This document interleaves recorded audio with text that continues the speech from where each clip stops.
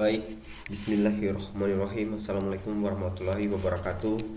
Perkenalkan, nama saya Arsan, NIM 22315334. Baik, di sini saya akan menjelaskan tentang tugas statistika dan probabilitas.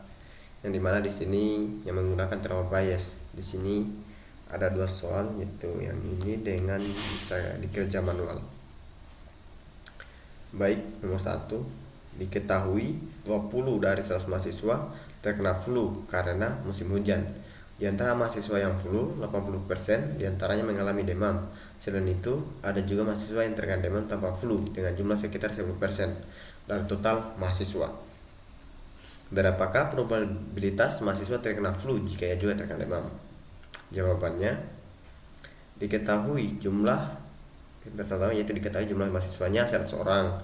20 mahasiswa terkena flu yaitu 20 orang dibagi 100 sama dengan 0,2 atau sekitar 20%. Dari mahasiswa yang flu, 80% mengalami demam, yaitu ini dibagi juga seperti ini, 80 bagi 100 sama dengan 0,8 atau sekitar 80%. Mahasiswa yang demam tapi tidak flu yaitu 10% dari total dalam kurung demam. Terus ini flu sama dengan 0,1.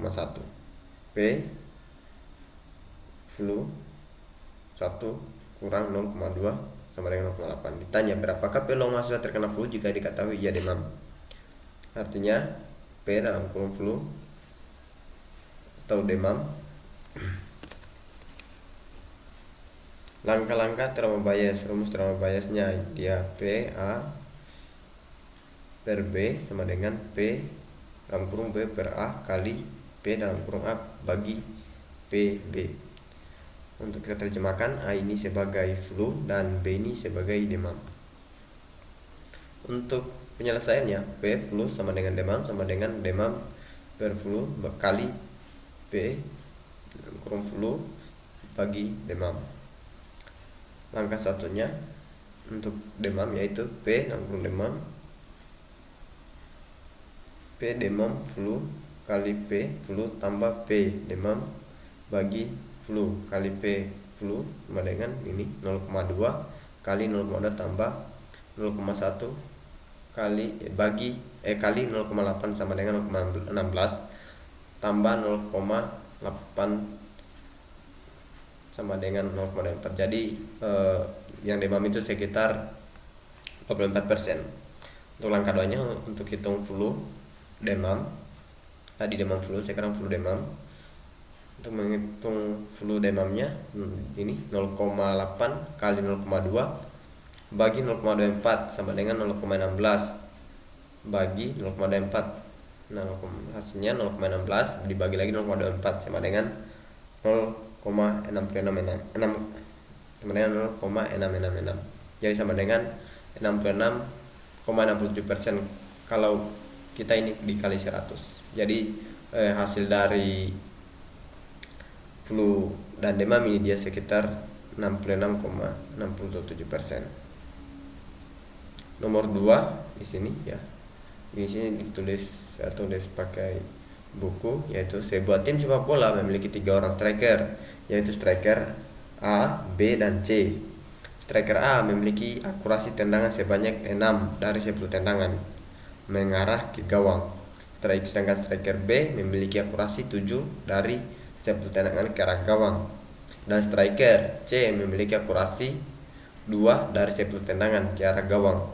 Masing-masing striker memiliki kemampuan cetak gol dari tendangan mengarah gawang yaitu 50%, 20%, dan 10%. Jika hanya mendengarkan pertandingan lewat radio, siapakah striker yang memiliki probabilitas mencetak gol dalam sebuah pertandingan? Jawabannya diketahui P A 6 bagi 10 sama dengan 0,6 menuju P G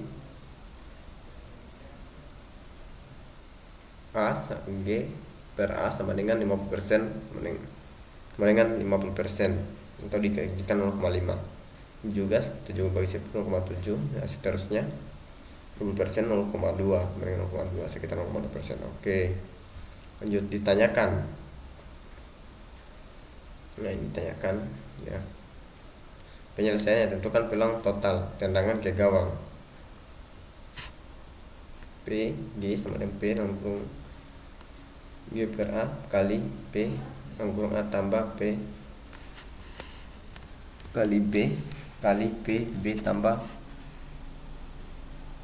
P langsung C kali P sama dengan 0,5 kali 0,6 tambah 0,2 kali 0,7 tambah 0,1 kali 0,2 sama dengan 0,3 tambah 0,12 tambah 0,02, maka hasilnya sekitar 46%. Hitung masing-masing striker. Jadi untuk peluang total tendangan ke gawang yaitu sekitar 46%. Hitung yang kedua yaitu hitung masing-masing striker menendang ke gawang menggunakan rumus Bayes. Striker A P A dalam kurung A kali G sama dengan P G kali A kali P kurung A sama dengan P bagi P G.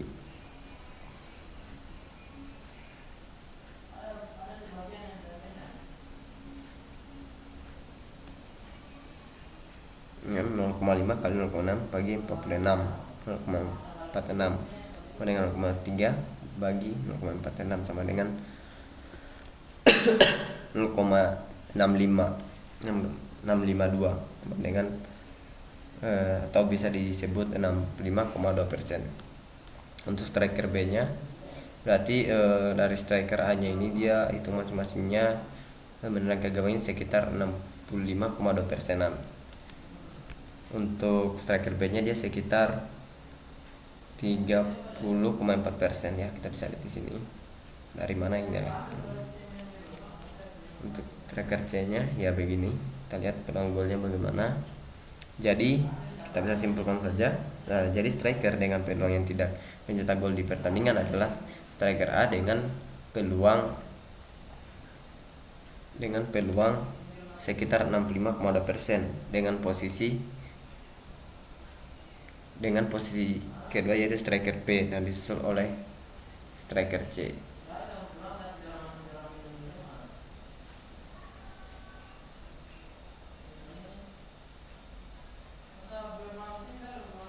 Nah, tadi saya simpulkan kembali yang ini ya, nomor 1. Jadi kesimpulannya dia kenapa hasilnya 65% ya, karena dari semua mahasiswa yang demam, yaitu 24 orang dari 100 mahasiswa yang demam karena flu adalah 10 orang. Adalah 16 orang, atau bisa dikali 0,8 kali 20. Maka kemungkinan demam itu karena flu adalah sekitar 16 bagi 24, maka hasilnya 66%. 66,67%. Artinya jika kita bertemu mahasiswa yang demam, maka peluang kita terkena flu itu adalah sekitar 66,67%. Mungkin saja dari saya. Billahi falsabil haq, astaghfirul khairat. Wassalamualaikum warahmatullahi wabarakatuh.